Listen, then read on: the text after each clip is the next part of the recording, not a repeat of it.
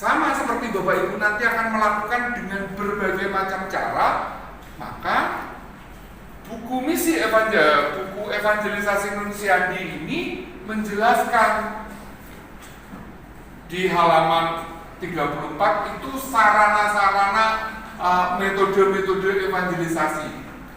Maka dikatakan bahwa metode disesuaikan dengan situasi, waktu, tempat, dan budaya.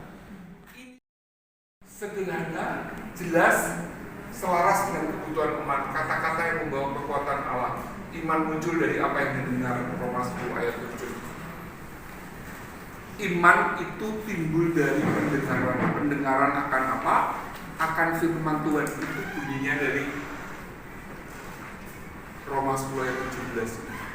Semakin banyak Anda baca kitab suci, semakin banyak akan Anda mendengar, semakin banyak iman Anda akan ditumbuhkan. Kalau Anda nggak pernah, kalau Anda nggak pernah baca kitab suci, bagaimana iman Anda bisa tumbuh, bisa berkembang?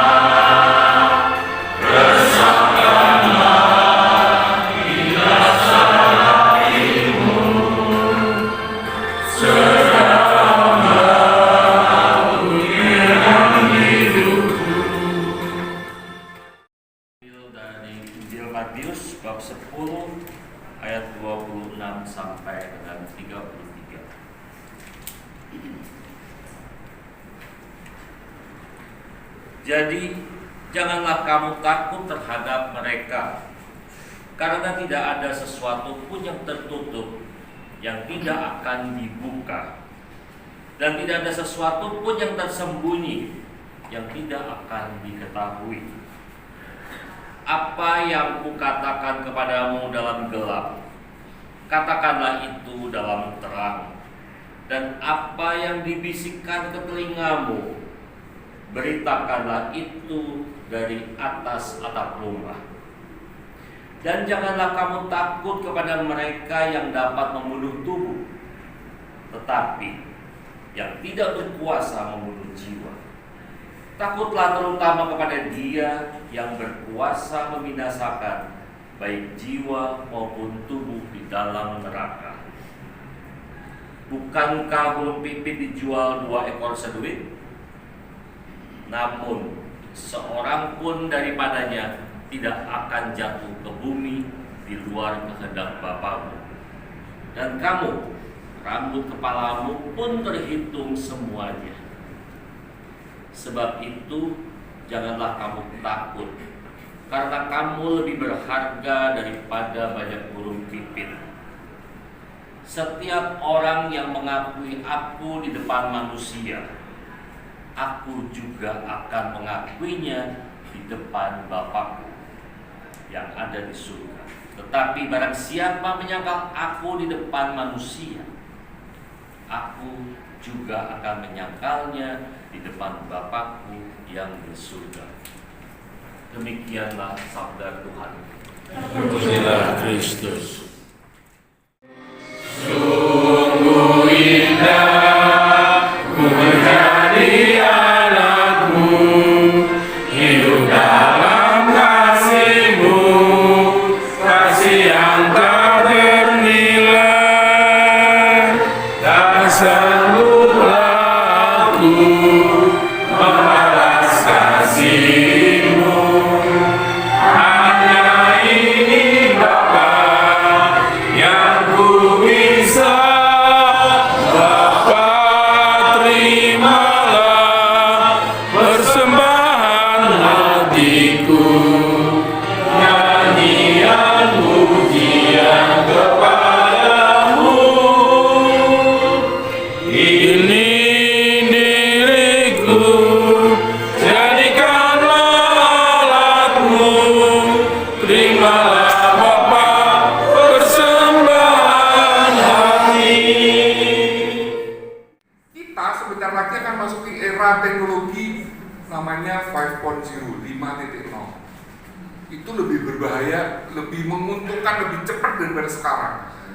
Kalau sekarang kan masih klik masih lama gitu. Nanti Anda akan bisa luar biasa, maka itu harus dimanfaatkan. Jadi inisiasi itu tadi kan ada sakramen inisiasi itu. Kalau ada yang ikut misa sore tadi itu ada sakramen inisiasi, diterimakan sekaligus. Terus ada yang penyembuhan, ada tobat, ada minyak suci. Seringkali kita nunggu tobat sakramen pengakuan dosa itu kapan? Napas. Artinya apa?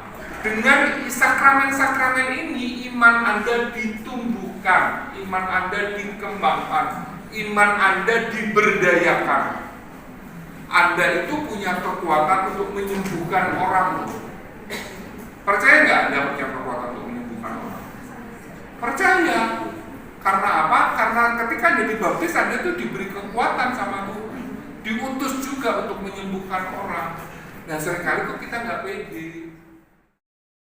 Yang seringkali sebetulnya salah, sebetulnya itu membuat Anda semakin kenal dengan Tuhan. Maka ini mau diberdayakan. Misalnya kayak kita ke Gua Maria kayak begini, ini kan sebetulnya akarnya karena tradisi ya.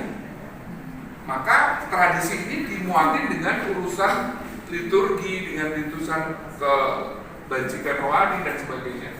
Bisa diarahkan dengan baik, maka semakin merupakan pertemuan yang sejati dengan Allah di dalam Yesus Kristus. Itu siapa? Ditujukan kepada setiap orang. Jadi haknya setiap orang untuk memperoleh evangelisasi. Terserah dia terima atau tidak, itu bukan urusan Anda. Kalau Anda ditolak ya sudah, bebaskan debu. Atau mereka yang jauh bukan hanya dalam arti jarak, tetapi yang nggak kenal sama Tuhan Yesus atau nggak pernah tahu mendengar tentang Tuhan Yesus, maka ini perlu namanya pre-evangelisasi. Pre-evangelisasi itu apa? Suasana atau gaya atau situasi sehingga orang itu menerima atau mengenal tradisi, kekayaan atau cara hidup kita di dalam Kristus gitu. Ketika Anda bercerita bahwa kalau saya punya masalah saya lari ke Tuhan, itu belum melakukan evangelisasi, tapi Anda sudah melakukan suatu kondisi, oh ya saya ada Tuhan. Telah menyertai kami selagi kami memikirkan sikap batin yang harus memberi motivasi kepada kami semua dalam karya pewartaan Injil. Sekarang kami tunjukkan kepadamu perhatian-perhatian pewartaan Injil kami. Semoga kami benar-benar mengerti secara dan percaya akan kuasa Roh Kudus dalam hidup kami. Yesus, utuslah kami. Semoga kami menjadi tanda-tanda persatuan di antara semua orang Kristiani. Roh Yesus, utuslah kami. Semoga kami selalu menjadi abdi kebenaran dan selalu ingin menyenangkan orang lain, serta tidak pernah mengkhianatinya. Roh Yesus, utuslah kami. Semoga kami mempercayakan tujuan pewartaan Injil kepada Bunda Maria. Roh Yesus, utuslah kami. Marilah kita bersama memuji Tuhan dalam